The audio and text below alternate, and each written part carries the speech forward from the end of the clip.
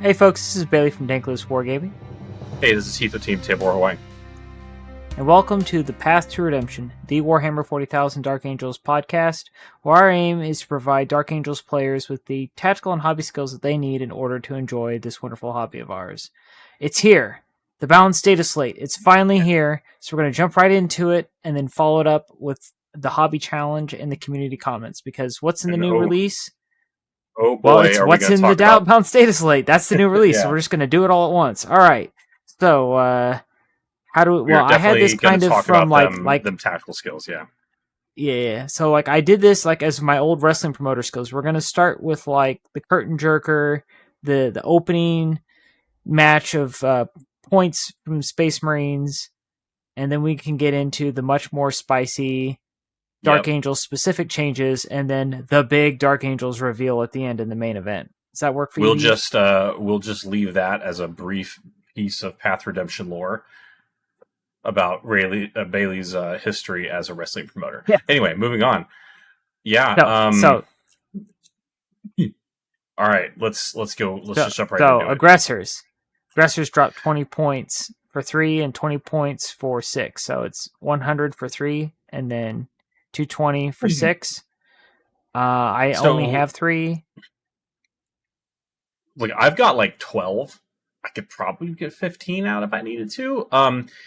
So I think that aggressors are a possible are going to be a thing that you might see in the new Dark Angel detachment in the Wrath of the Rock, because they're toughness 6, which when you throw -1 to wound on it, you're rarely ever going to wound them on 3s, right? Unless you're shooting, like rail guns at them, or las cannons, right?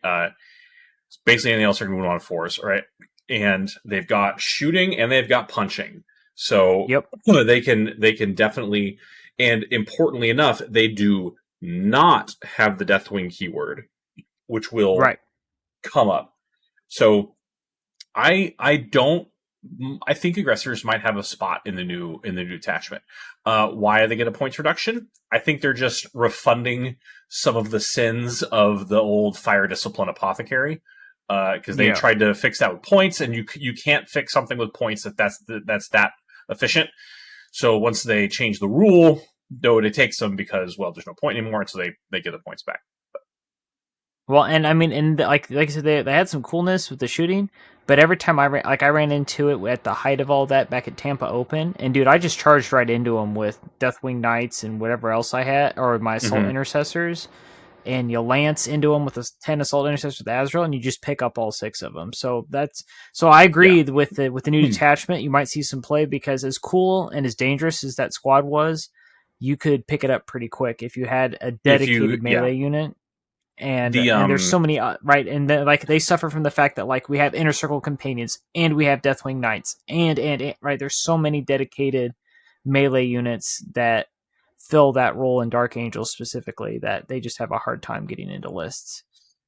I think that their unique spot is that they are a shooting and a combat unit. Yes. So, pardon me, they fulfill. Yeah, they're not as good as Inner Circle companions or as Deathwing Knights, but they've also got a lot more guns. That's very fair. And they when you take the flamers on them, they are a legit terrifying Overwatch threat. With +2 strength, right? Give them +2 strength. Yeah, I mean, you can throw the +2 strength on them. I don't think you can do that in Overwatch because it requires being your shooting phase. But strength 6 flamers at AP1 if they're the closest target. Yeah, that'll hurt some things.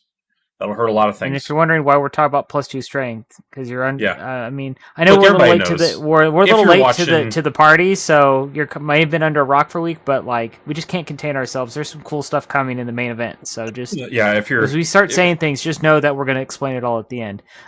Something I'm excited about is the Captain with Jump Pack dropped 10 points. I love Jump Pack Space Marines. I love the Smash Captain, and I'm glad that he's here. You can make him Deathwing with Vanguard Vets. I still have that squad of 5 over in the corner. But as we mentioned with the aggressors, I may not want him to be Deathwing going forward. So we'll see how that plays out. I think that's pretty niche. and putting him with Vanguard vets is going to be the thing that makes him the most durable. So like, I mean, remember his ability is when he ends a charge, he gets +1 to the strength characteristic, right? Yep. And he has a thunder hammer. He have a power fist, a relic weapon, or a thunder hammer. And the power fist is going to be where it's at, I Yep. think, or possibly the thunder hammer. But yeah. So, and what do Vanguard vets do? What's their detachment rule, or what's their data sheet rule? Because They I get don't remember. rerolls of some nature, I think, if I remember correctly. The main Let's. reason I was looking at them was that they grant Deathwing, and so when I was trying to build a Lion's Blade list, which is what I bought the Vanguard vets for, was to try and make this guy Deathwing, so he got +2 to charge. That was sort of the thing I was looking at with Yeah. them. Okay. Vanguard They assault. they get Each lethal time hits on the they get charge. lethal hits. Yeah. They get That's lethal not hits, bad. which doesn't suck, right? But yeah, you can and you can bury a lot of you can bury storm shields all over the place, grab Yeah, pistols, that's plasma that's sort of the pistols. big yeah. So you can Yeah. get basically you're giving the captain lethal hits with his power fist that you can boost in the new detachment or in various Yeah. other Space Marine detachments, and yeah, then you're burying him in a bodyguard of storm shields is the bonus there. Hmm. All right, heavy intercessors drop 10 points, so 100 for 5, 200 for 10. Not terrible. This is the spice. I don't see. Yeah, I don't see. Hellbl- Yeah, the heavy intercessor is like, okay, cool. Yeah, they're T6. They're gonna be like, nah, man. Maybe with the new detachment, maybe it's time. Maybe it's time that I build the 5 that I have sitting in a box down here Okay, from okay. a Let's box. talk about it. So if you take 10 heavy intercessors Yeah, and you put a Gravis captain with them, yeah, right? And then so now they are, -1 AP basically against damage 1 weapons, right? They're okay. -1 to wound, so they're effectively you're wounding on 4s all the time. And they just like kind of slowly walk across the board, blap blap blapping away. Uh, is there a value in that? I don't know. I mean, I don't think it's enough. It's they're durable, but is that like the real level of synergy? Um, most of the heavy intercessor weapons are strength 5, I think. So if Yes, you, that's the fun part yeah, with them. so there could be something there, but it's let's see, heavy intercessors, range weapons. Yeah, the heavy bolt rifle is 5.12, and the heavy bolter is 5.12. So a heavy bolt rifle is 30-inch range, right? And that's yeah, if you make it strength 7, right? There's yeah. Uh, I don't know. I don't think it's going to be enough to compete with the other Yep, things, which are your Hellblasters. yep. So Which we got a points decrease, boys and girls. Let's yeah, go. yeah, Hellblasters coming down 5, basically 1 point per model to 110 for 5 or 220 for 10 is cheap as chips. It is free Yep. money. It is free ionized hydrogen, which is plasma, and so I don't know if you're going to take 2 squads of these. I know you're probably like there's a real good argument for taking at least one, um, just like back in the day. So Yep. look, we'll talk more about the consequences of this in a minute. All right, Vanguard and then vets. they got 15 points decrease, or 30 points for 10. So yeah, Yeah. my little side note was suddenly I'm not so crazy now that it got a point decrease, but It's a- kind of significant yeah, one, really. that's actually a lot of. I didn't realize it went down that much. 95 points for 5 3 points per Vanguard model. vets. Wow. Okay. Yeah. So, hmm. So Maybe I still run that Lion's Blade detachment in Hawaii. now let's not be crazy. Yeah. Anyway. So yeah. They're that's pretty good, right? 190 for 10 of them. I think you might take 5 of them with the captain, just to Yep. be the 4-up invul save, but shield for his hi, I'm flying around with my 10-3-3 power fist, bonking Yep. things. God, I miss But bonking things. Ugh. Yeah. What a time to be alive. So and so they got lethal hits, and their weapons are all uh I mean, they're five not one great. one. It's like, yeah, Four yeah, attacks, strength 5, AP 1 damage. There's no way to make him additional damage, but okay. For 95 points as a bodyguard for a Vanguard vet, that is a legitimate smash captain, and they're all a yeah. little more durable because you're never going to wound them on better than a 3. Okay, never is a strong word. It's possible with other effects, but it okay. Yep. All right, so Let's talk that's about the the points there. let's talk No about the points lion. increases. Yeah, yeah. No, no, Let's nothing talk about the changed on the lion. Dark Angel side. So it's time to I talk just about the want to lion. let's get to the lion. Okay, Let's go to the the lion. lion. The lion is they have heard, and he went and did some stuff. So much to Rob Moreau, our local Dark Angel Mad Lad, the All Seekers revealed CP thing is gone because I've never used it. I've never seen it used. Rob apparently says he uses it all the time. Whatever. This is way better. Change Yes, to Mist-Wreathed Shadow Realms in your command phase. If this unit is not within engagement range of one or more enemy units, you can remove it from the battlefield and place it in strategic reserves. This is uppy downy. However, it's different because when I first read this, I was like, okay, he could uppy downy. That's pretty cool. And then I was like, wait, that means I have to like decide if I'm going to uppy downy him at the end of my opponent's turn, or like so my opponent's next turn I can uppy downy him. I went back and reread it. This uppy downy happens in your command phase. So yep. in your command phase, you decide, do I want to uppy downy him? And if you do, sunk, up he comes. And then in your movement phase, in your reinforcement step, he comes back down someplace. That unlocks all kinds of crazy stuff, which we will talk about. Yep. Right.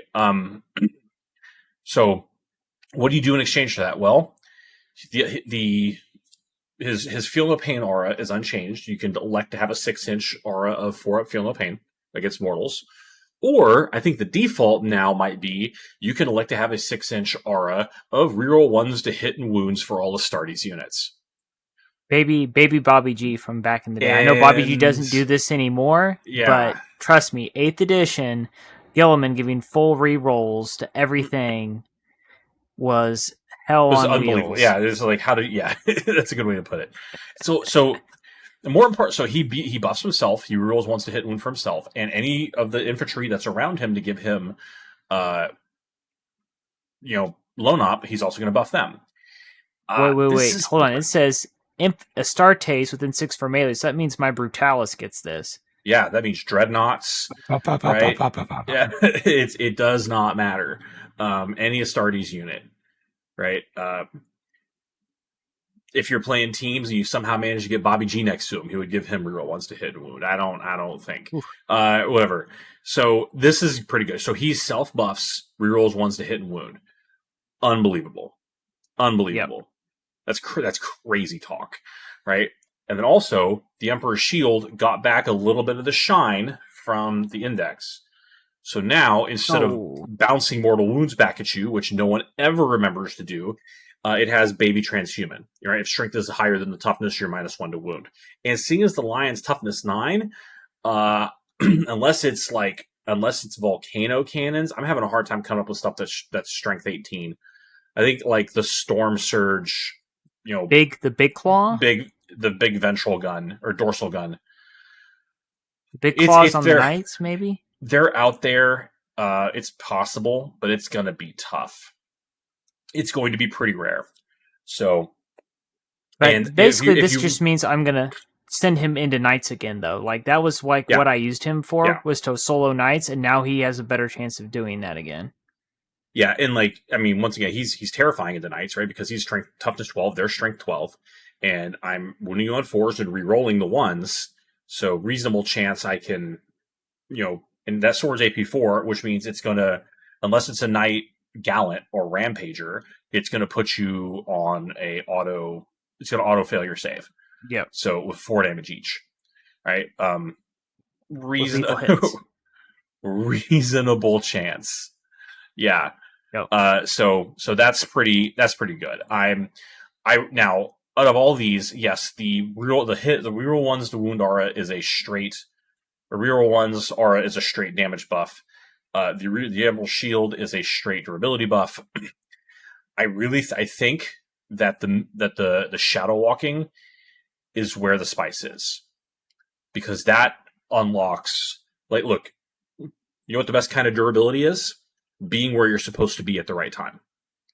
Yep. So if you can keep now, and the lion is, yeah, he's going to kill anything probably just about anything he touches, short of another Primarch, right? Or things that spike 4-up and will saves all day long. Like, I guess other Deathwing Knights, perfect thing to tar pit him.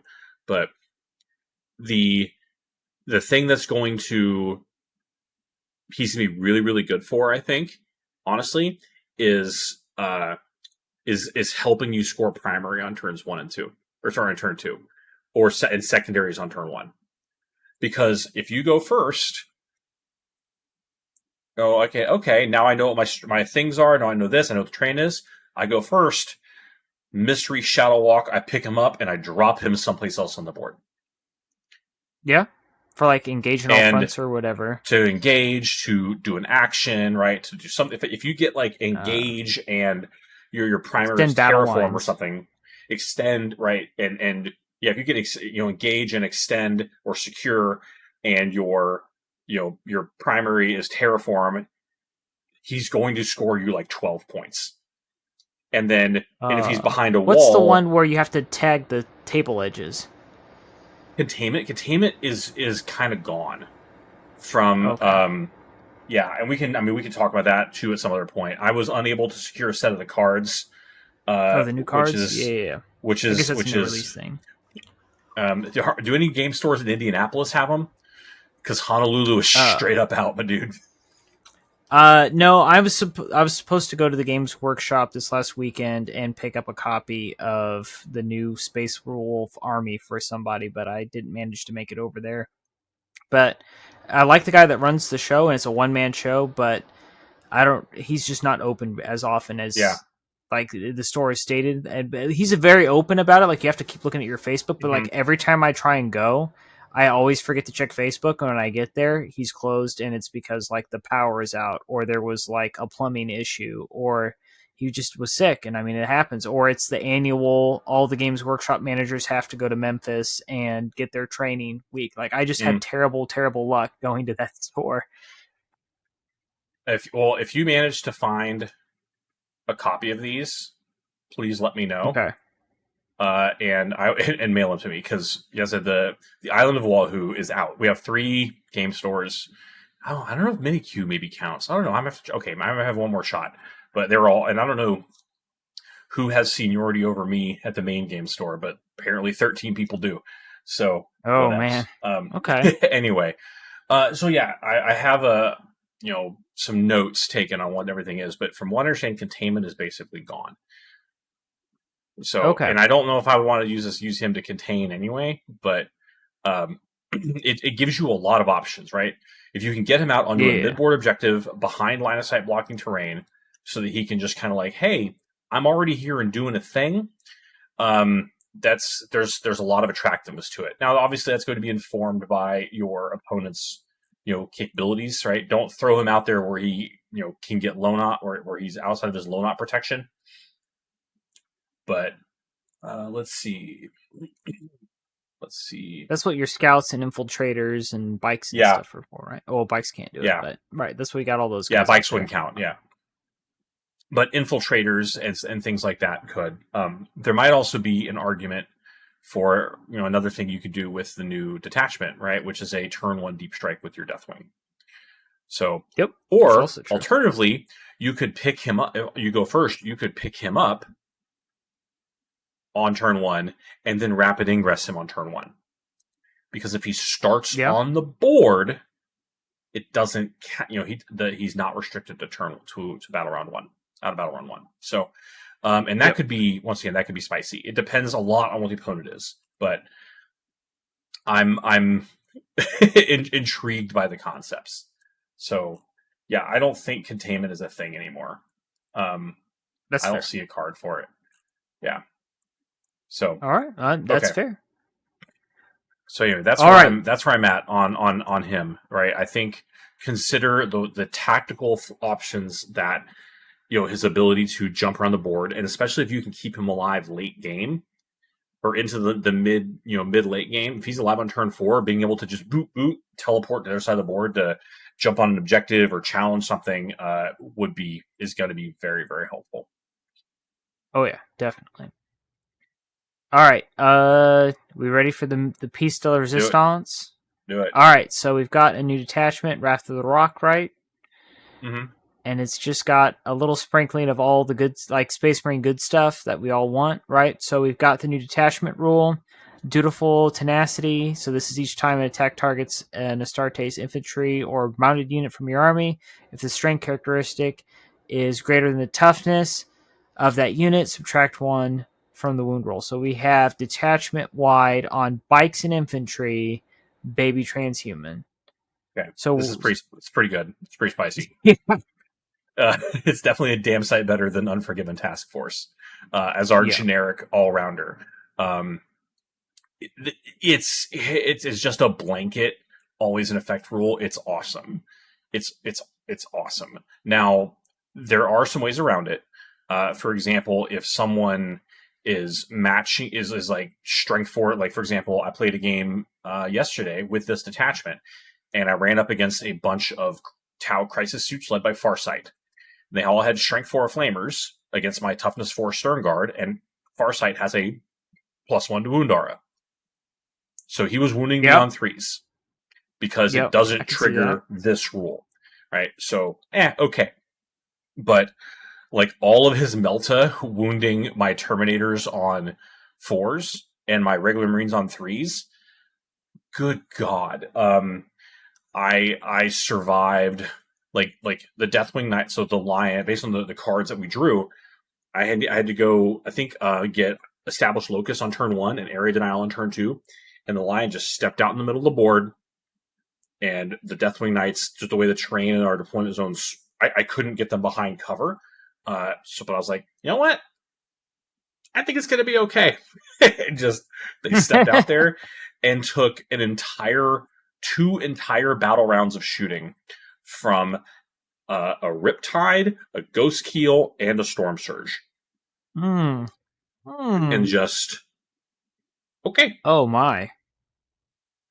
And it took that third battle round where he moved the crisis teams with all the double melta guns up that finally Yeah. managed to get it right. And even then, the captain survived until the end of the game, until it's like basically turn 5, right? And then he died Oh to wow. a rock in combat because he had been on 1 wound from a melta hit to the face, and just kept passing. But anyway, and then that's also how the lion died. Was he passed. I think he got 13 meltas shot at him, and he Ooh did four. God. He did 4 damage, right? And then No. the next turn, I was like, okay, I'm going to move him. He's like, Overwatch. And, he managed to get 2 through with Overwatch. And I failed one of them. And I CP rerolled it and failed it No. again. That And then hurts. he rolled the damage, didn't kill him, re-rolled it, and got him. It's like, okay, you earned it. Oh You no. earned it. That's fair. But I said, I mean, he scored something like 15 points by himself. And Nice. ate the whole damage output of a third of a Tau army, which is pretty impressive. Anyway, Oh so yeah. that's what's up. Um, yeah, so I see the question or the thing you wrote here in the show notes. It says the -1 toughness R of death card suddenly isn't that big of a deal. It's definitely not. Yep. This is It's a a hard great counter. hard counter is a strong word, but it's a really really bad matchup for Death Guard Right. That's now. fair. It's a really tough matchup for Death Guard. So, because it's like, oh yeah, guess what? You're still wounding me on force. Sorry, Yep. it's or kind of 3s at best. So, does this get non-knight termies back on the table? What do you think? I really want to. I really want to put because of the enhancement that we'll get to, where you can turn one deep strike. When I'm deep striking Terminators, uh, I want them to be able to participate in both the shooting phase and the fight phase in case I don't make that charge roll. Which, right, you throw a captain in there to get rerolls to Yeah. make it a little Yeah. easier, more reliable. But I don't want to. I'm not going to try and deep strike Deathwing Knights, because if I deep strike them, I don't make that charge roll off the deep strike. They don't do anything, and I've spent all these resources to do nothing. And I just, other than maybe stand on an objective if I'm lucky. So I don't want that to happen. So there, I guess that's a reservation I have that I was kind of saving, but I guess I'll just say it now is like the Deathwing Knight assault or the Deathwing assault turn one deep strike is cool, but it has to be the regular ones. I guess I have a reservation I can bring up later, so I'll save it. But that's like Okay. one of my reservations with this is like I want to be able to play my regular Deathwing Knights, and yes, giving them the ability to they don't Sorry, have you the mean the -1 regular damage. Deathwing Terminators, or Yeah, just the regular ones okay? where you got the guns and Yeah, yeah, the yeah, cyclone launchers and all that yeah. stuff. Power Like I want Fist, to be Storm able to Bolter, run. Cyclones. Yeah, Yeah. So I'm hoping that that'll be a bit, and then like one of my other notes, I was thinking about Inner Circle Companions. Right, like the issue you have with them is they don't have an invul. Right, so is this hmm something that allows you to like out? So you either you could run a librarian with them to give them an invuln. You can run Azrael with them to give them an invuln. Although now that Hellblasters look like they're going to be crazy because we kind of got Webs of the Dark Age back in a way. He's not going to go there now. He's going to go with the Hellblasters if you have them.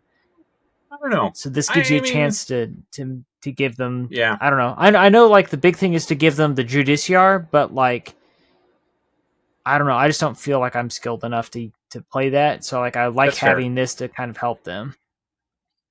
So I don't know. I don't know if this gets the regular Deathwing Terminators back on the table. Because I think that three wounds is just there's just too much 3 damage shooting out there, and losing a Right. Terminator to every failed save is tough.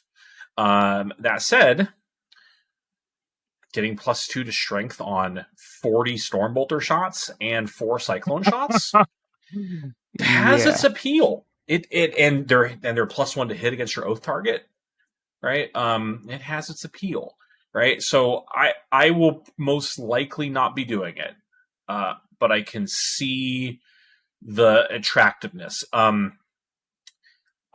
I experimented briefly back in the end of Prime Nexus with one squad of 5 Termies as just like my backfield.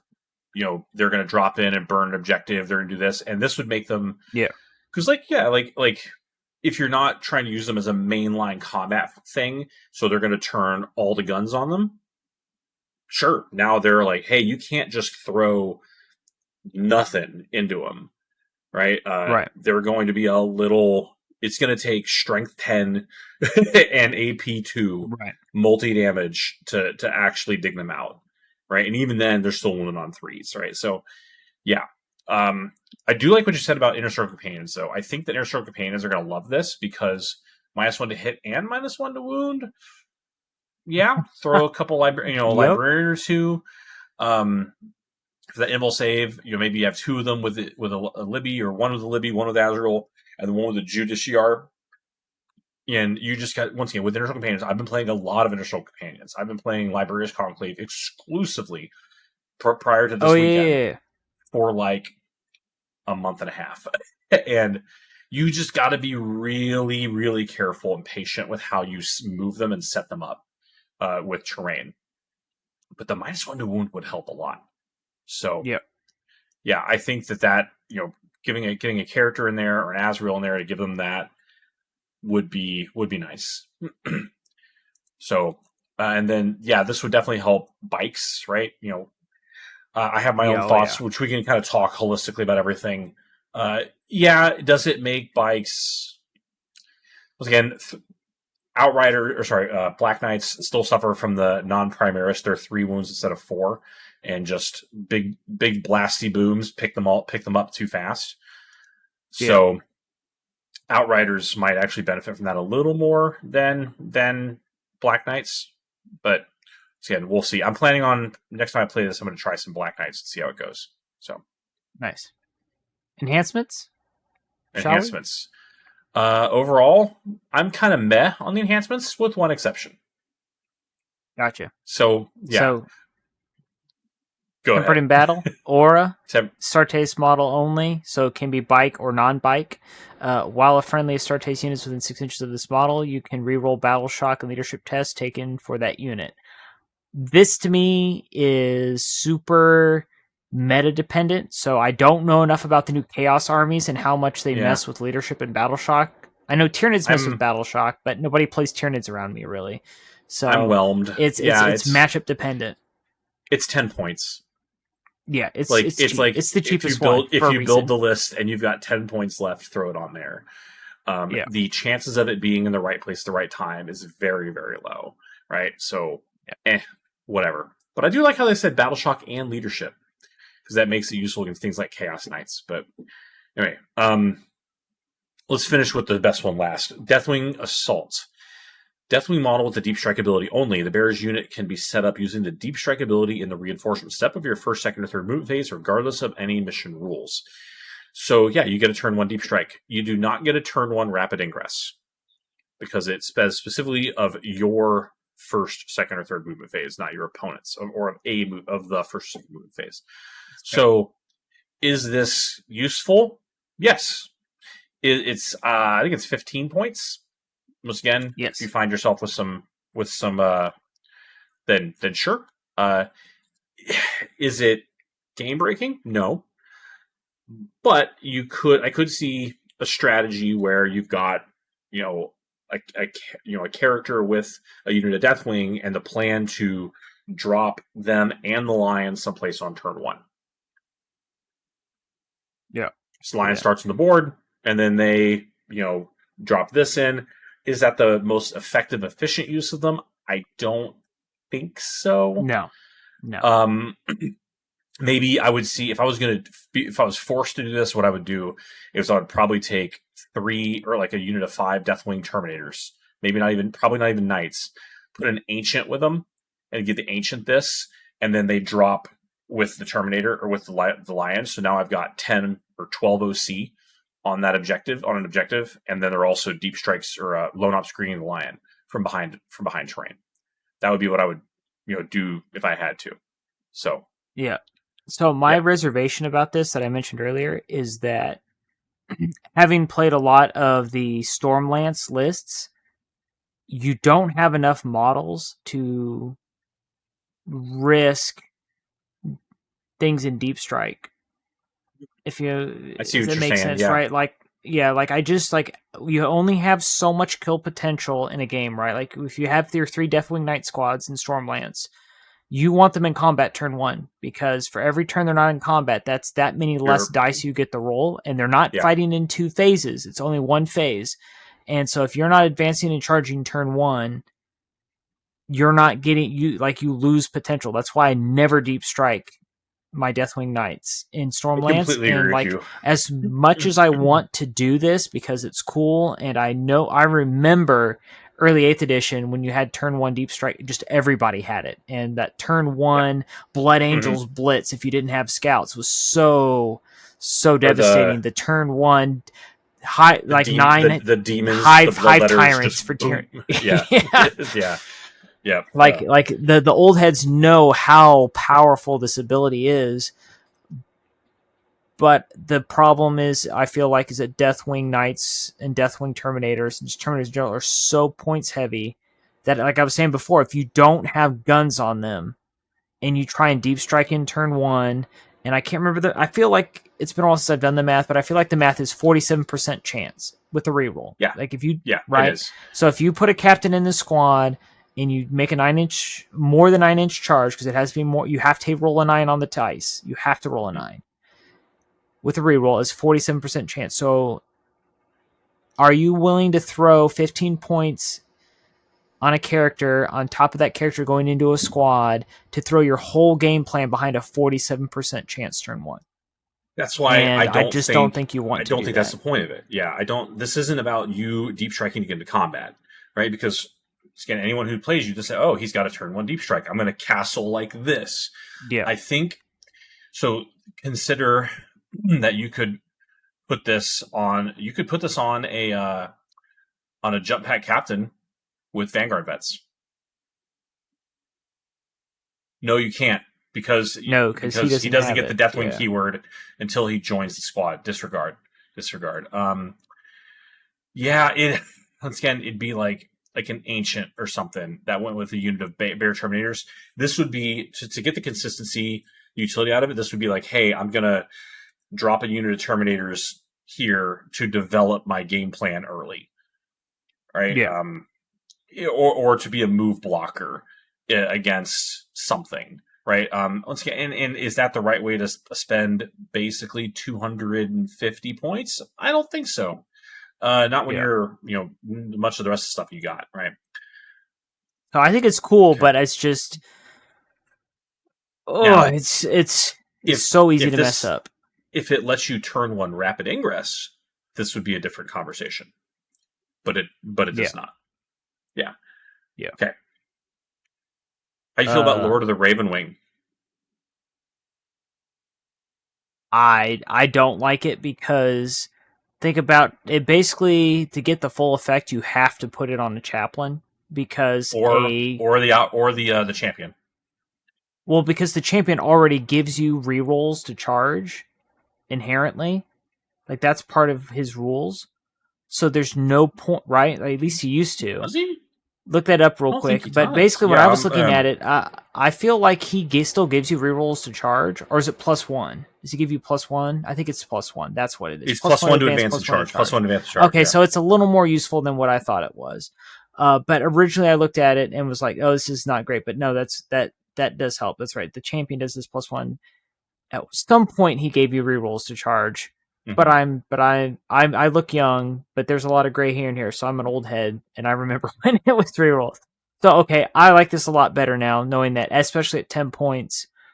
Yeah. The the problem I have is that the thing we're going to talk about after this, I think, is so much better for the Ravenwing Command Squad that I'd rather have that than It's an this. opportunity cost. I don't disagree with you. So yeah, like you can reroll advance and charge to the Ravenwing unit. Okay.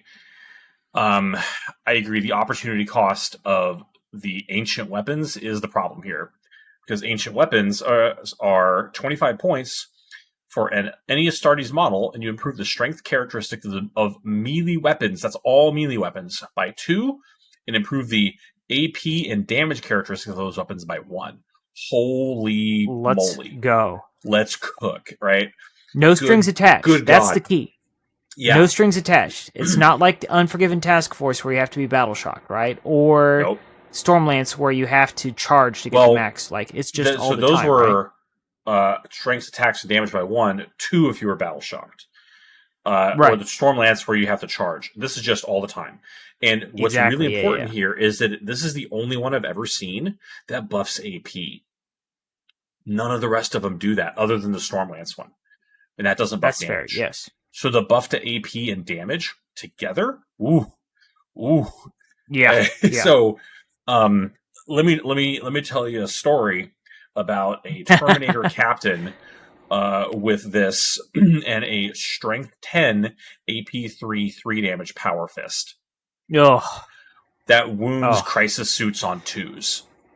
Oh. Yes, right? Just bonk and like, oh hey, epic challenge, bonk, get out of here, right? It's that yeah. There's so many different things you can do with this, right? The Terminator captain is going to love it. The Ravenwing champion, like we said, he's going to go to strike 7, AP 3 damage. Oh Um, no, he's not, because I'm gonna put him in an Outrider squad, so he gets more strength and more so he damage on goes. top So of he it. goes to strength 8. Your strength 8 4 damage AP 3. Good God, holy, holy. Okay, okay, all right, we're here. Yeah. There's something there. Yeah. Oh yeah, I love it. So what I've The seen a lot jump of people captain we already talking. talked about. He's We cheaper. talked Put about 25 points yeah. on him. He's flying around with the big power fist, popping things. The So thing good. about this is you want it working as hard and as fast as possible, right? Which is Yep. why I think the bike, the bike champion, or honestly that jump pack captain might be like leading a squad of 5 Vanguard vets. Yep. Um, or if he's leading a squad of 5 JPIs and they give Yeah. +1 to strength on the charge. No, they don't give +1 to strength on the charge. He gives +1 to He strength on the gives. charge. Yes. So now, yeah, we're back to the Vanguard vets. So now they are. So he could be. His Power Fist is strength 11 on the charge at AP 3 damage. Get out of here. Yeah. Just punching And he has holes in lethal main battle hits. tanks. And he has lethal hits. Yeah. Holy crap. So, and it's just a little hi, or just moving Yep. around doing things, right? So, and he's got 5 bros with 4 up invul saves that are to be a blade of wounds for his thug fizzle, right? Yep. That's pretty good. I see a lot of people taking this on judiciars I could see that. Yeah, that would be really spicy because on the Judiciar. judiciars are strength 7 base, AP 2 damage with lethal hits and devastating, right? Ugh. That's right. So let Ugh. me, yeah. Yeah, So so you throw that in there, then you throw them in your ICCs. Ugh. right, yeah. Yeah, His that's weapon is nasty. dev wounds. So 5 attacks. So the relic blade is 5 attacks at weapon skill 2, strength 7, AP 2 damage with dev wounds and precision. Right. So Um, gross. and So he has fights gross. first. So I don't know where I got lethal hits from. That's my bad. But you put him in with a bunch of inner circuit companions, right? And please, I dare you to charge something. You're to put something within range of this unit, right? Because they are going to roll into you. They're going to fights first, and this boy is going to just sook what that character right on out of there. Right, strength 9, AP 3 damage with dev wounds. Get Well, and think wrecked. well, and think about this too. Remember that that captain with blade guard I threw at you 2 Yeah, Adepticons ago? I did. Give That was that where I was guy going this, next. and Yeah, now we're talking 9 attacks when he pops his once per game ability. 9 attacks with dev wounds at strength 7, neg 3 damage. yeah, That's gross. That's yeah. nasty. Well, so they're just the regular, line captain. Is again, I'm yeah, the mastercraft power open. Okay, yeah. Or you could give him a power fist, which is 5 attacks, strength 8 minus 2. Yep. So Yeah. you once again, so he'll be strength 10, which is where you go with this because you need that break point. Yep. So I had some thoughts. When we talk about stratagems, this will become. Yes. We'll hold on to that, right? So anyway, this is a big fan. You're gonna use and apply this in creative ways. I thought about Terminator librarians, right? To be I could see that. strength 8 AP 2 D3 +1 damage with sustained hits. Yeah, Right now they only I have could 4 see that. attacks base, but I mean, yeah, and there's once again there like I I had a lot of fun with it on a Terminator captain because he's with the Deathwing Knights, so he's going to get where he's going. He's going to hit. His reroll charges is going to benefit the Deathwing Knights for a lot of other stuff. And then when that weapon hits, it's just going to hurt Yeah. things. So between this and the GSR and the Rainbow Champion and the regular captain with Sternguard is the other thing I'm thinking about. Okay. So Yeah. anyway, all right, let's move on to some. Okay, let's move on to the stratagems.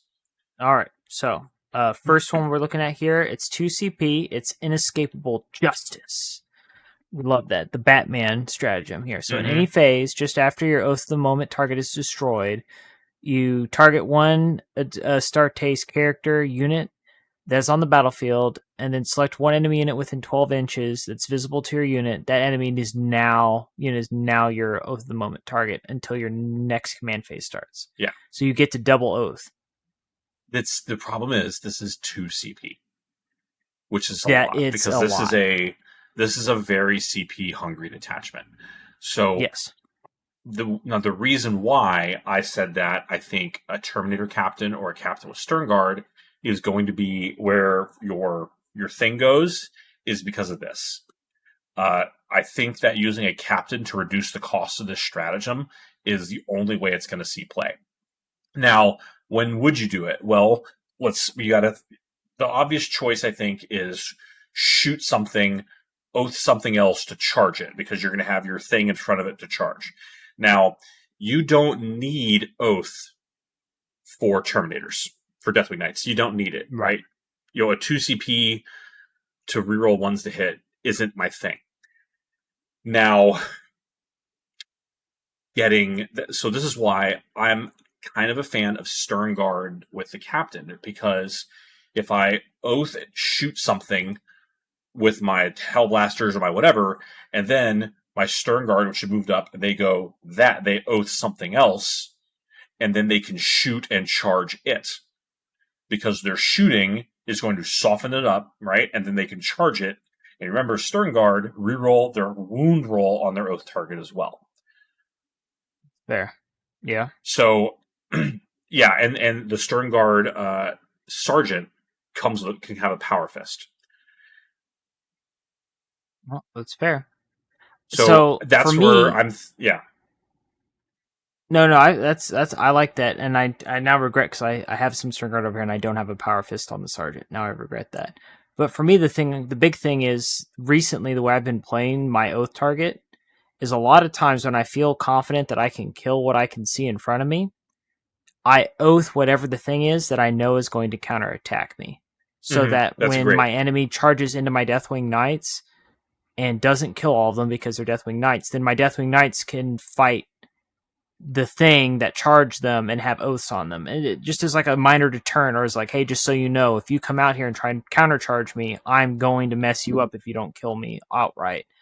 Yeah. And I like the fact that this gives me the opportunity to use my oath of the moment more offensively because I can still do that afterwards, Yeah. right? Like I can still be like, oh, this thing over here, I know that's coming. This, like, I killed this armager. Well, that armager is going to charge me, so I'm going to give that armager oath of the moment. So when it charges me, kills one or two Terminators, the other three get oaths and they pick it up on your turn, and then I go kill the next one. One way to really consider the use of oath on turn one is the thing. It's like if you go first and they're castled up, and you're like, okay, well, I'm not going to kill anything. I'm going to oath the thing that I don't want that that your opponent is going to want to throw out. Like, Right. for example, warp spiders. The thing that he's going to send out super fast and do and punch above their weight class, do a lot of damage. Like, okay, that's fine. You can do that.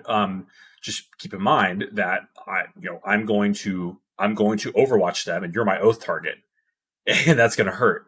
Like, Yeah. oh, yeah. So that's a thing that I have enjoyed. I've done a couple times when I've gone first, and use it once again, as you said, very intelligently as as a defensive ploy, right?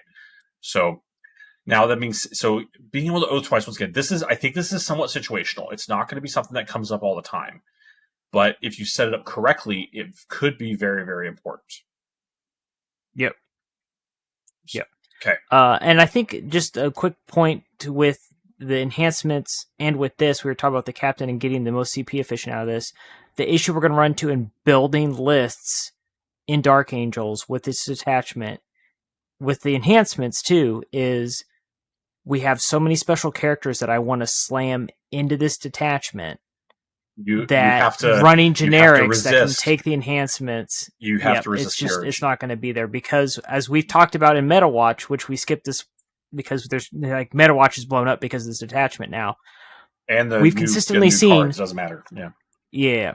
We've seen for consistently 4 months, some of the best performing lists only have 3 characters. So if you go Azrael Lion, and that's 430 points right there. Yeah.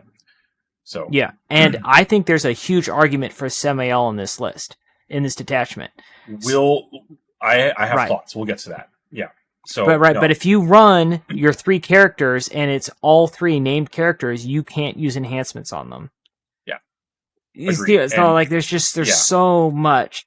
now There's definitely some hard choices in this. This isn't as point click delete as it looks on the surface because you have to make some hard choices to run this list. I like the lion in this list. I don't think he needs to be in this list, but he No, would help it. not at So all. because once again, Exactly. this Yep. list wants to take, you could very easily take 3 squads of 5 Deathwing Knights and just Death Star with the lion, and just enjoy your Oh life. yeah. Just enjoy your life. Oh yeah. Anyway, okay. Armor Contempt. Let's get out of the way. It's a stratagem. Cool. Yeah. It Fortunately, exists. fun fact here, they did so. Just in case any of y'all, well, actually, so, they didn't rechange the wording on Armor of Contempt. So this doesn't have the new wording for Armor Contempt only affecting one activation. It Oh, doesn't okay. have to, because there's a base rule that says anything that affects that worsens armor penetration, like Armor of Contempt, only works for one shooting activation or one fight That activation. helps. Yeah, that's So fair. yeah, so it is Uh, yes, it is not been updated, but it doesn't have to be because that's covered by another thing. So Lions will. We Lion's bounced Will. over that one. Yep, Lion's Will. So this stratagem is used in the command phase, not yours. It could also be your opponent's command phase. Okay. You target one Astartes unit from your army that is within engagement range of one or more enemy units. The effect is, until the start of your next command phase, you add 1 to the OC characteristic of models in that unit. In addition, if they are not Deathwing, Ravenwing, or vehicles, they get +1 to hit. And I guess that applies to shooting as well as melee. As hard We as that got would be to come pistols. up, Pop, pop, pop. yeah, with your pit. Well, I mean that would pistols would be tough to come up because that's in your shooting phase. Anyway, I'm sure there's some weird edge But case it out does there, say, but but it does say command phase, right? So like if you don't fall back, yeah, you could still if shoot them with they, their plasma yeah, pistols. yeah, or if you somehow manage to kill them, or they, yeah, yeah, pistols. You're right. If you're using it in your command phase, so Extra OC is yeah, always good. okay.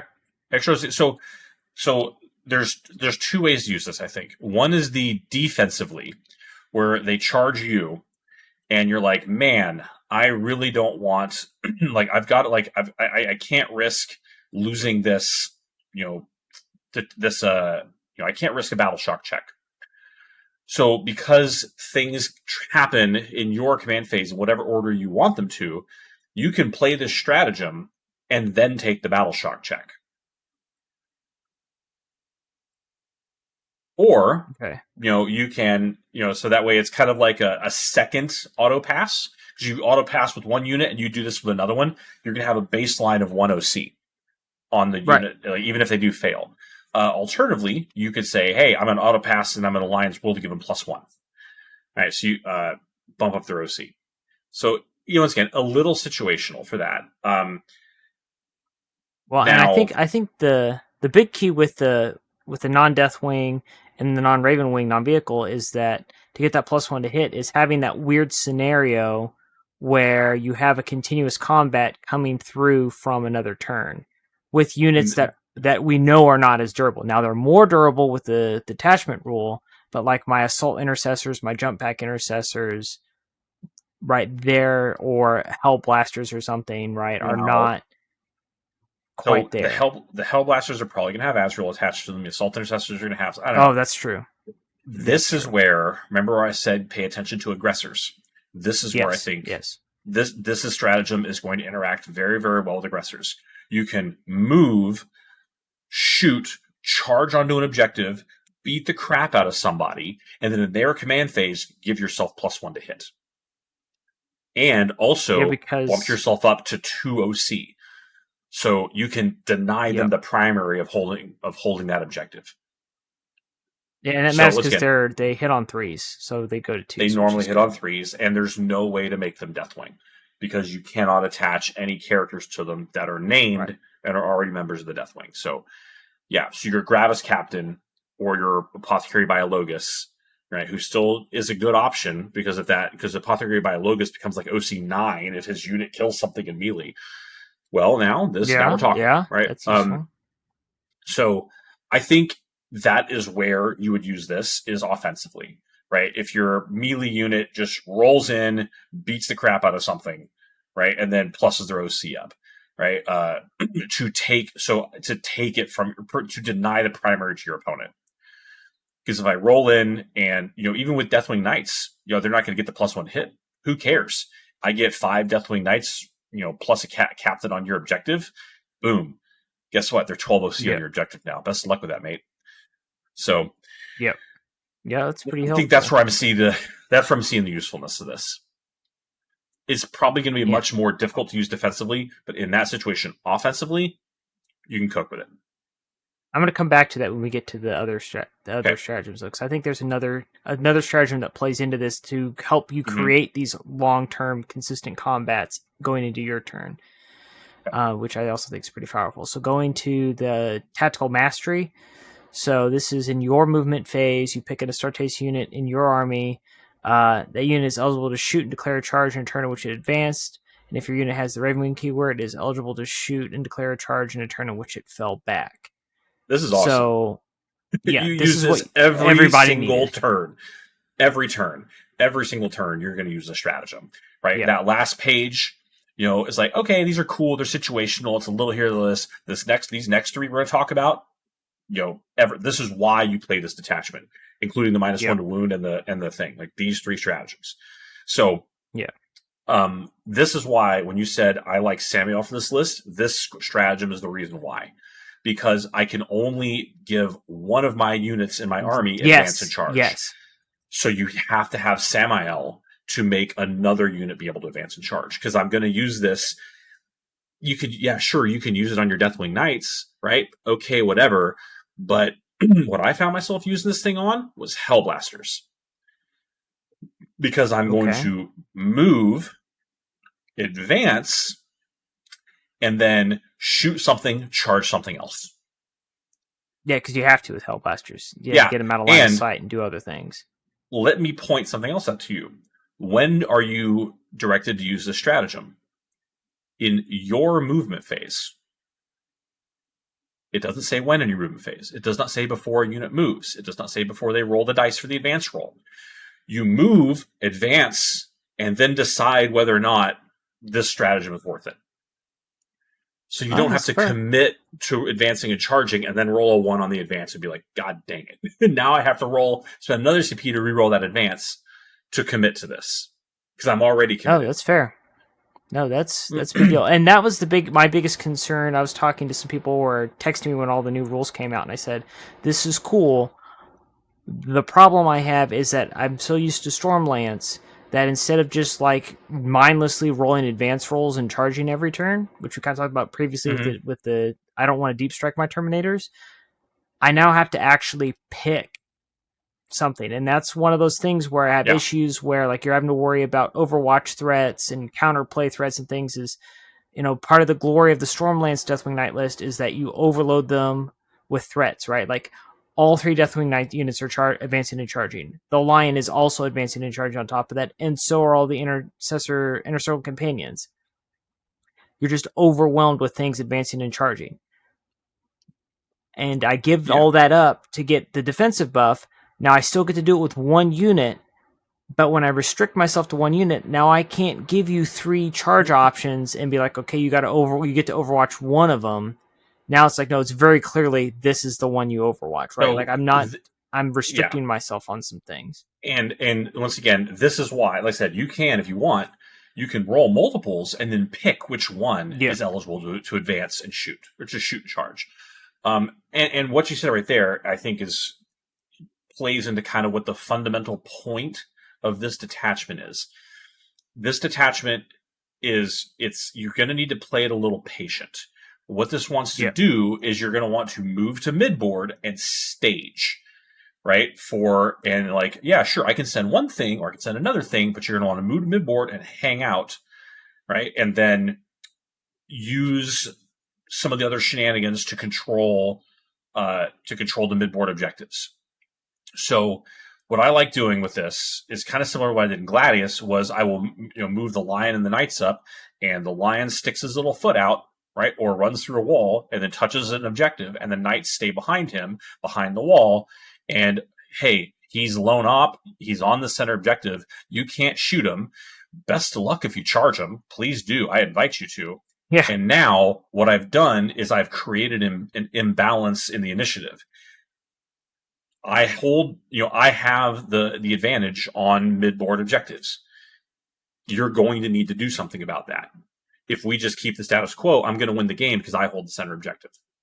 Now, this doesn't work on every terrain, right? But in most of the competitive terrains, you can do this on about 50 to 60% of them.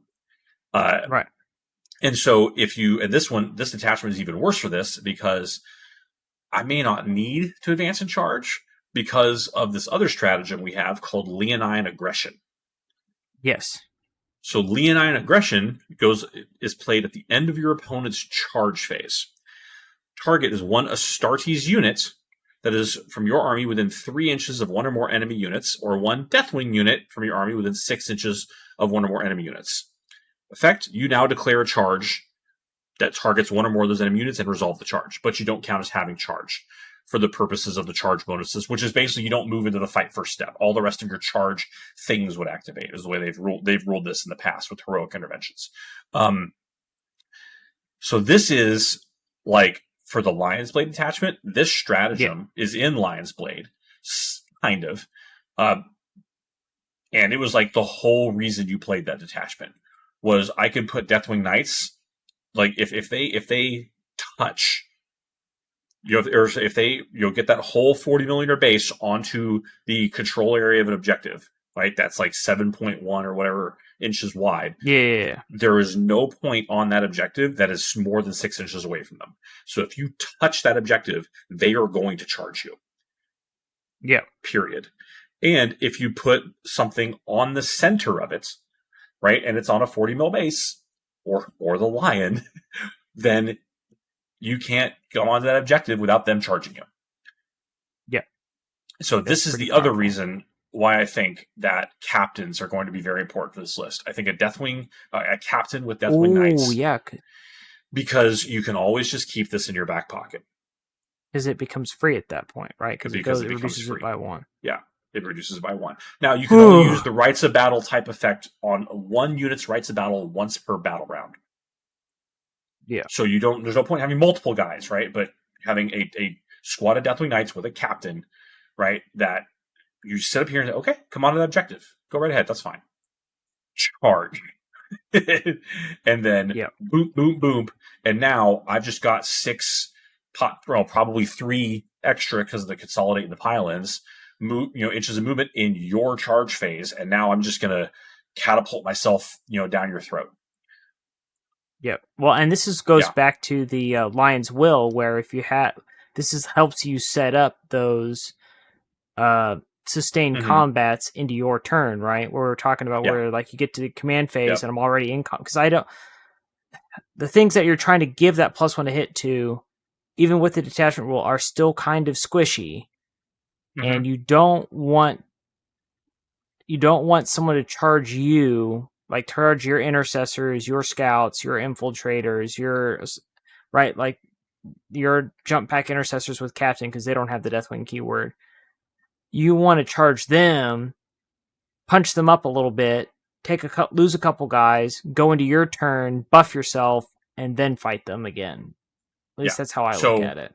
What else has the Deathwing keyword that's going to benefit from this? Well, Inner Circle Companions. Blade Guard, Vanguard Vets, Stern Guard, and if Azrael is leading the Hellblasters, they get it too. Yep.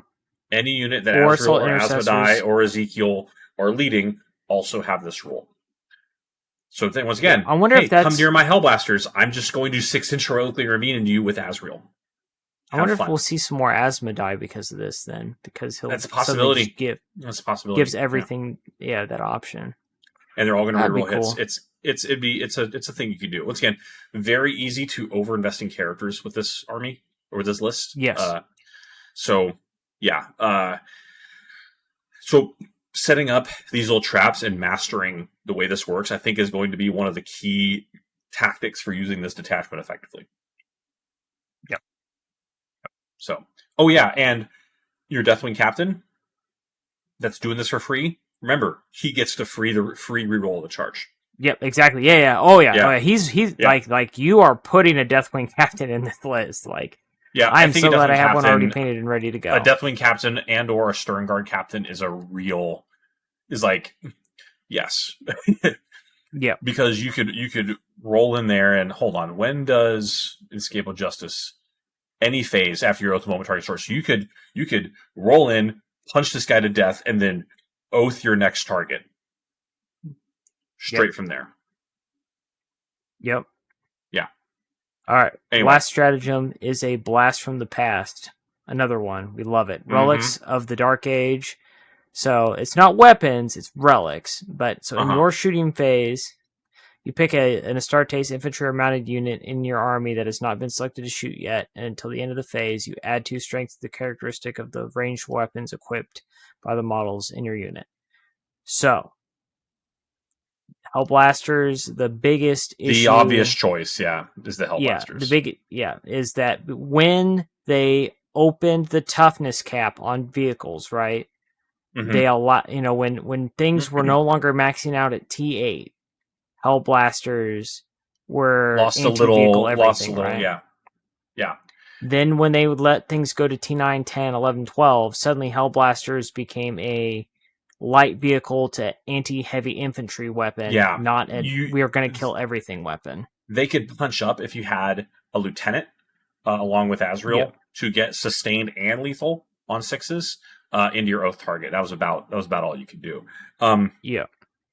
So Hellblasters are the obvious choice here. I'm going to point out a couple of other things. The first one is Eradicators. Going from T9 to T11. I just finished 3 of them. Yeah. Going from T9 to T11 is a big breakpoint. It's a big breakpoint. So I used this a lot in the game I played yesterday. I got some Hellblasters up and I pointed them. I pointed them at a Riptide and I was like, okay, hey, what's the toughness of your Riptide? He's like, oh, it's T9. Okay, cool. Weapons of the Dark Age +2 to strength. Now I'm winning you on 3s. He's like, oh no. Ooh. He's like, I'm going to do my -1 to wound strategy. I'm like, okay, you're my -1 to wound. I'm still winning you on 4s. Yeah. When I should be winning you on 6s, basically. Yeah. When I should be winning you on 6. Well, the Tau -1 to wound stratagem for the experimental prototype cadre only works if strength is higher than toughness. But okay, well, that's right. So getting to T10 is an important breakpoint. Getting to T11 is a more important breakpoint. The only problem with aggressors is that they're kind of slow. And the 18-inch range is on the Eradicators. So you kind of need to use the Eradicators as a counterpunch unit, and that's one of the reasons why I lost the game yesterday, was because I was letting my Deathwing Knights get blasted in order to, so the line could do actions on the center objective. I should have been simultaneously developing the Eradicator's position. I wasn't, because he had a Riptide that would just be able to just ace them, right? Once, instead of giving them target priority decisions, say, hey, take some fire away from the Deathwing Knights if you're cool with that, to shoot these Eradicators, right? Instead, I just made the decision for him, which is never a good plan, right? A couple other things, but that was what I took away as the thing I could have done better. Is trust the -1 to wound a little more, right? So, because I tell you, like, that unit of 6 Eradicators, they survived a full round of shooting from a Storm Search and a Ghost Kill. Yeah. Oh, that's awful. It's awful for them. He was like, oh my god, yeah. So, so anyway, so this detachment wants you to play infantry, right, and bikes. Well, that's great, right? Because you can play all melee, right? But you're gonna need some range shooting to take advantage of this +2 to strength stratagem. And having being limited at 24-inch range is going to be tough in some situations. So, especially if you end up on hammer and anvil, like long to long, boards, you're just going to get outranged, right? In those situations, you can usually use terrain to develop your positions a little better. So I was thinking about this last night. I was laying in bed, not sleeping, and I was like, man, what can I do to give myself a ranged shooting that's going to take advantage of all these rules and can still benefit from this. And what I landed on was Devastator Centurions. Okay. For 165 points, you get 3 Dev Sense. And what these little dudes do is they have so you can replace their hurricane bolters with a Centurion missile launcher, and then you can replace their heavy bolters with las cannons. So 3 Dev Sense are going to have 3 twin linked las cannon shots, and then 3 D3 Centurion missile launcher shots. Centurion missile launchers, in case you were wondering, are Strength 9, AP 2, D3 damage. Okay, respectable. So, and they have a 36-inch range, and the las cannons have a 48-inch range. So, therefore, their movement 4, okay, whatever, right? I can step out and then just Dev Sense. Their whole thing is they reroll ones to hit, and if you're on objective, they reroll all hits. So I'm going to be rerolling 1 or all hits, plus 2 strength. And I've got a minimum of 6 strength 11 or strength 14 shots. Yeah. Well, and the las cannons reroll their wounds inherently, and they're twin linked. So it's there's something, yeah. And they don't suck in melee as well. They have they're 5-1-2 melee weapons, right? So don't go buy Devastator Centurions. They're gonna get legended. I'm positive of that. But if you happen to have them, I think there might be an argument to give you a surprising ranged firepower option. Then there's always Devastators, right? You can take 4 Devastator las cannons. Devastator las cannons are strength 12, right? And then you're gonna hit with one of them, right? They're 120 points, right? These guys are 165, right? But they're T7. They're fun to paint. They're a lot of fun to paint. They're a lot of fun to paint. They have a 2-up save. They have 4 wounds. With they're chunky, right? You are not going to win these things on 3s. They're going to be saving on 4s. They're 2-up armor in cover. You're like, fine, I'm not bothering to shoot these things anymore, right? And they're just going to do a decent job, right? And once again, you can always advance them, see what happens, and then spend a CP to shoot them. Yep. Reposition them. Yeah, because they have a 4 move. Like they're very slow. Yeah, they're quite slow. They're quite slow. So yeah. The other thing I thought about this, hear me out, was Desolators. 200 points for 5.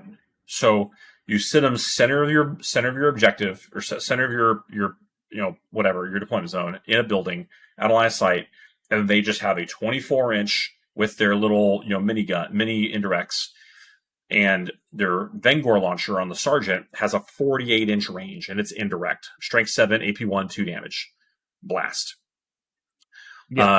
These guys will, and you can just go +2 to strength, turn 1, oath something, and wound most things on most infantry on 3s, if not 2s. Yeah, just here, take a bunch of saves. Here, take a bunch of saves. Oh, I didn't move because it's my turn and I ignore cover. So yeah, you're hitting on 4s, but you're rerolling everything. Yep. So there's a lot to interact with this, right? So yeah, you can work your Hellblasters up, and while your Desolators are just doing this, right? The Lion moves up, touches the center of the board. It's like, you can't shoot me.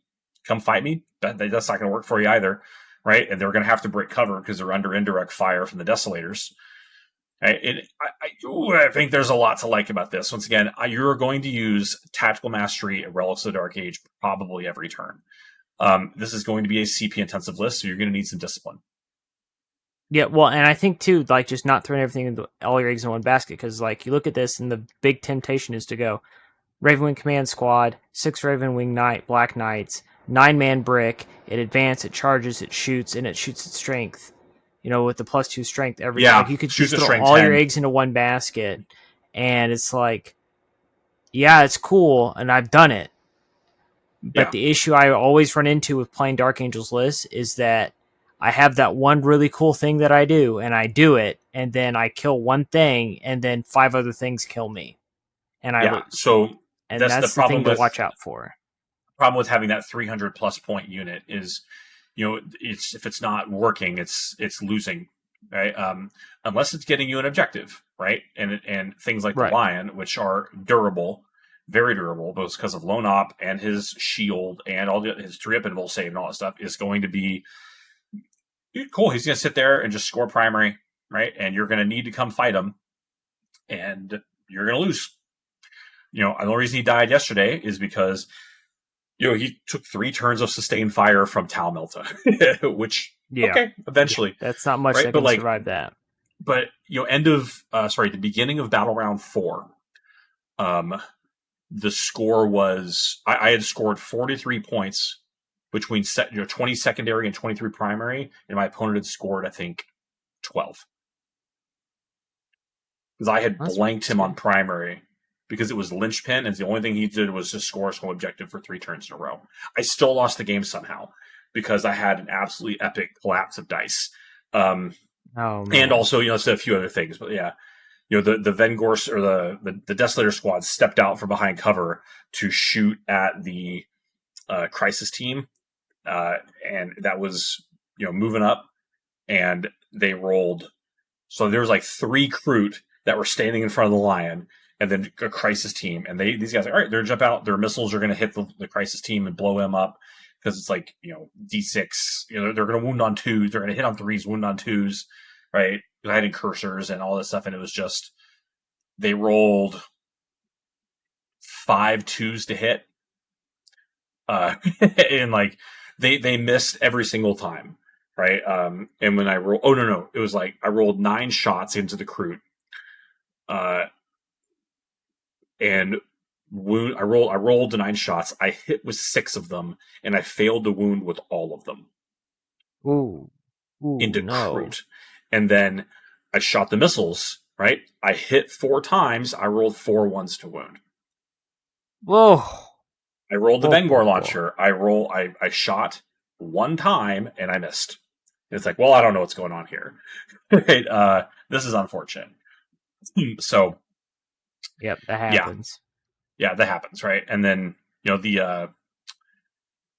So anyway, that's my opinion. I think that these last 3 stratagems are low key very, very powerful. And this detachment it's got a lot of legs.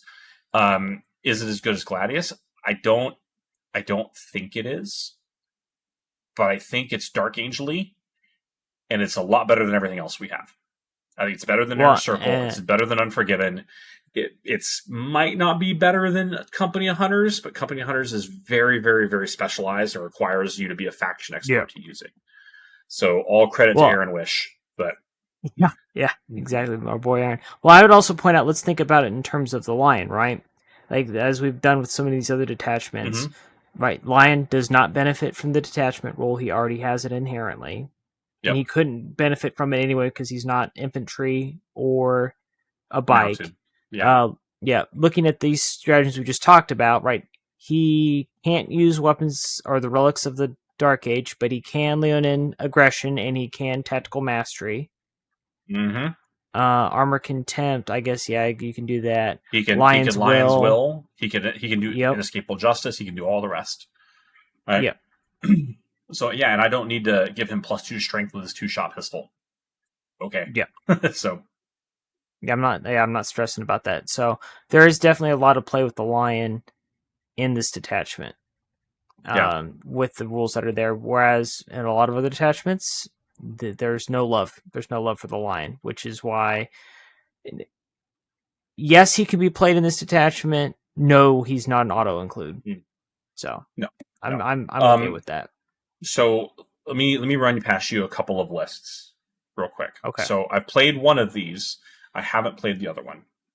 So the one that I have played, right? I'm just going to go ahead and shoot this over to you right now, in Messenger. Okay. But gotcha. Oh nope, that's the wrong one. Boop. All good. Go. So, all right. So what this is a shooting version of the list. So this has Azrael, a Captain in Terminator armor with ancient weapons, a librarian, and the lion. So then I've got 2 intercessor squads, a unit of Deathwing Knights, the squad of Desolators, 6 Eradicators, 10 Hellblasters, 5 Incursors, 5 Scouts, and 10 Stern Guard. So the Libby go with the Stern Guard to buff their durability up even more. The Captain obviously goes to Deathwing Knights, right? The Scouts do scout, scout shenanigans, Yeah. right? The Desolators, as I've said, sit in the middle of the board and flush things out. The Lion and the Deathwing Knights go, just contest the center of the board. The Hellblasters with Az and Stern Guard just kind of slowly work their way around the flanks to develop to do other things. So it worked very reasonably well, right? I said until it didn't, and I ran into a bunch of crisis suits with Farsight that all had flamers and just pinned me down with Stern Guard down, and I couldn't move them. Right, so yeah, um, they tend to do that, yeah. unfortunately. So having the 2 intercessor squads, I actually really liked because they have a surprising amount of shooting. They can screen your backfield. They one of them toe taps your objective to hold it, right, and the other one is someplace else with the intent to move up and sticky a midboard objective. Surprisingly good, just 80-point troubleshooting squad, right? Big fan.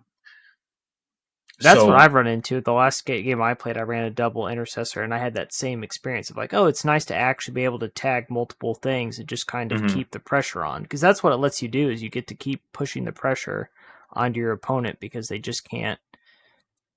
Like, oh, the one intercessor, like you're not having to leave units behind to guard objectives on the flanks because the intercessors come up, tag it, and then you just keep going.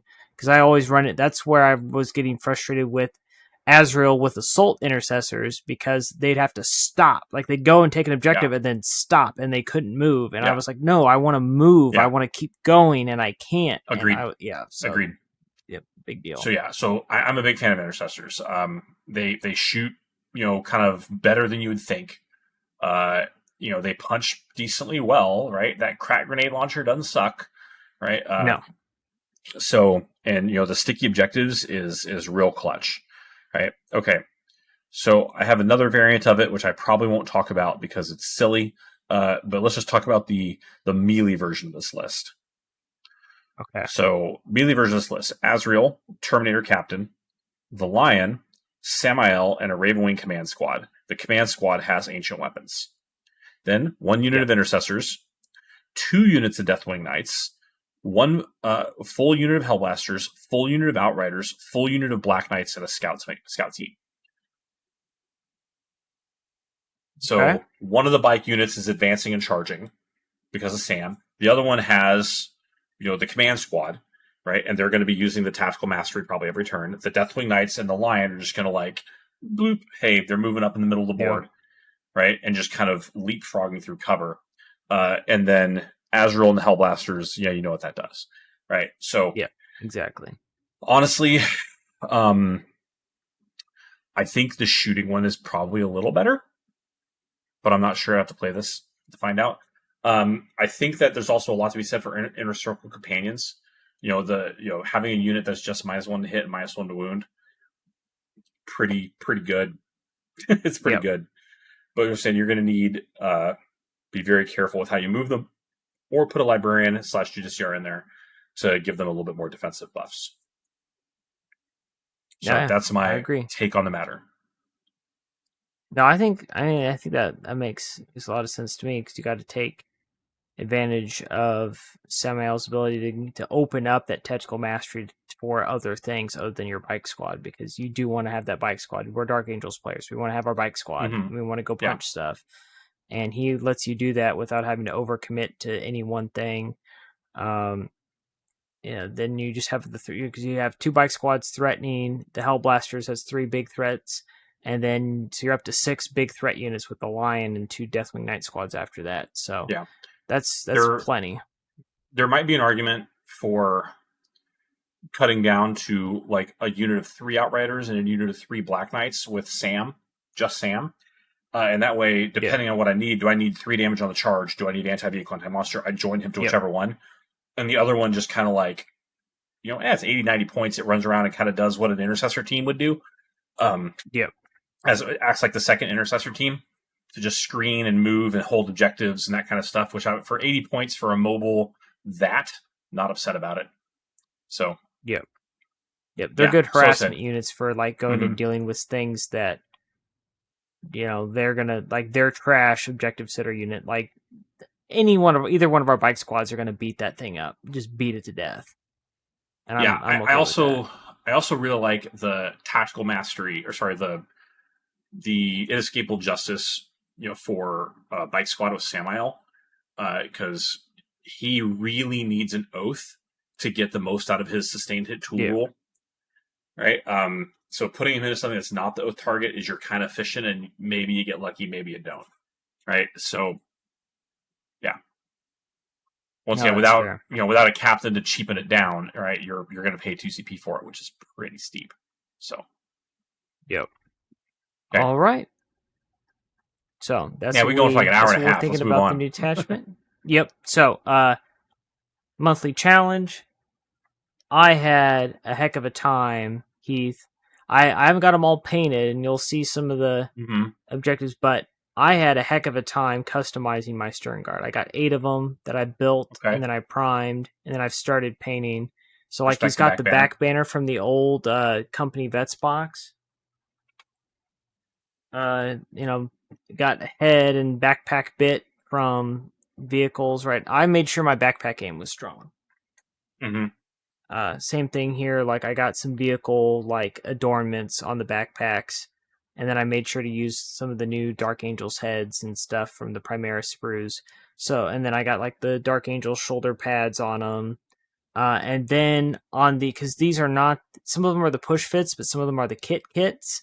Some of the kit, like the multi-part kits, there are these little pieces that hang on prayer beads over Yeah, like their loincloth. I know it's like a talbert or something. It's like the more the fancy name. tabard. Yeah. Tabard, yeah. But there are things that fit in that. Like if you go and cut off the stump base or the thing that you're supposed to push fit that piece on, if you cut that off and file it down, any of the little like the Dark Angels book or like the little Dark Angels like prayer reliquaries that are Mm-hmm. all over the Dark Angels upgrade sprues, they fit perfectly into that spot. Oh, Like okay, they were meant for it. So cool. it's a very Hmm. easy way to Dark Angelify your Stern Guard. So Oh, that's a neat I'm idea. I'm very Yeah. happy with this. Well, I've got four basically my last four inner circle companions working. I've got the bodies Nice. done, and I'm still working on the swords. Right, so I've There got we go. 3 of them, and then I actually uh, I wanted another unique model, and I took a Captain Lazarus and I painted him like this, Oh and yeah.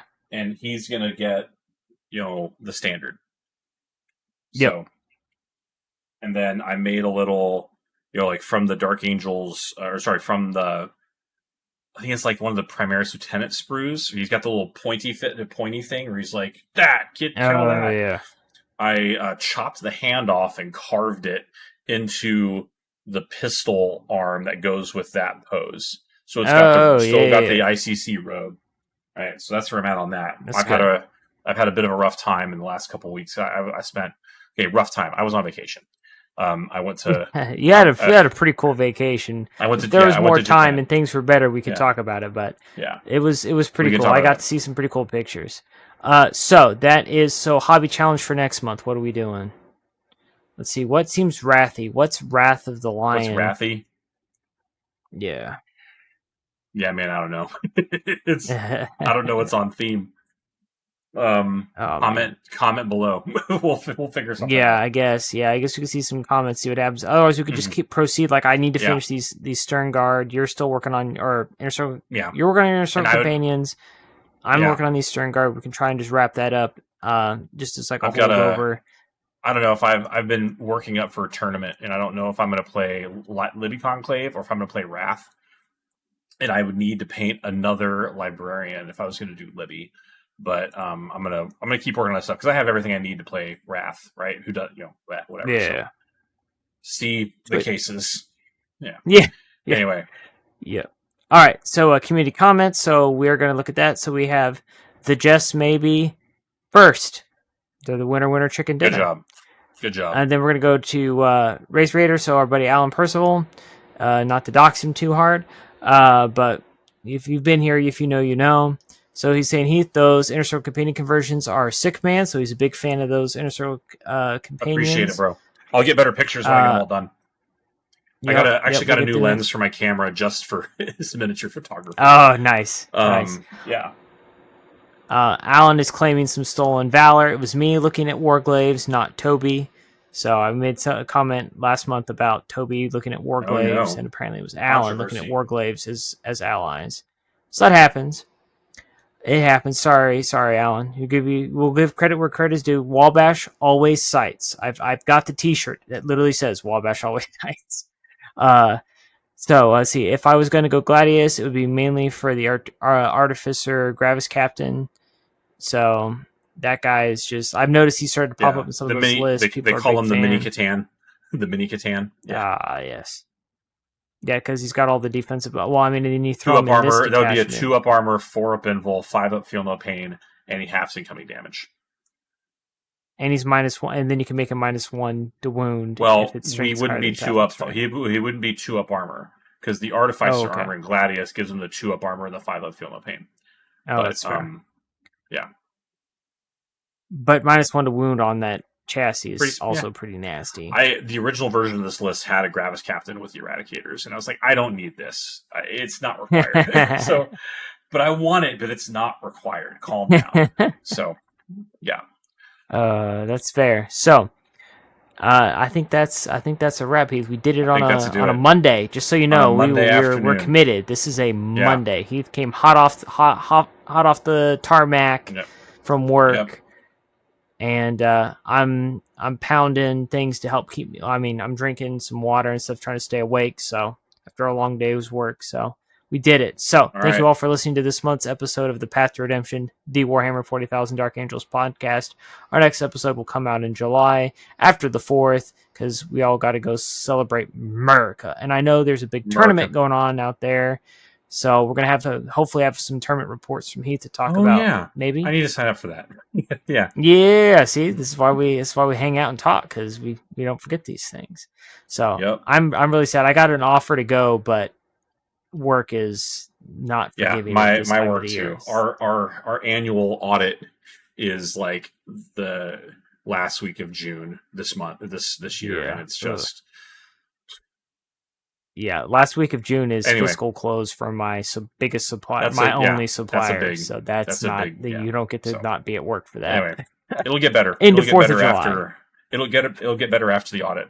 All my Navy nukes know what I'm talking about. Cheers. Yeah.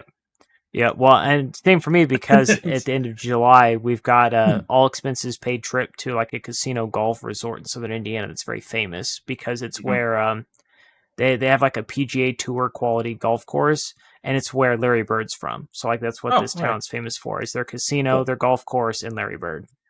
He's the hick from French Lick. That's the name of the town, French Lick. You can think about what that is, or you cannot. Don't want to. Don't want to. Don't Google that either. Don't Google that either. So our next episode will be after the audit and fiscal close and the holiday and the tournament. So look for it then. Until then, please subscribe, like, and comment below if you are watching us on YouTube or listening to us on your preferred podcasting service. Last but not least, we'd like to thank Purple Planet for the use of their music. Until next time, I'm Bailey from Dank Wargaming. This is Heath, the Team Table Hawaii. Stay loyal, Angels.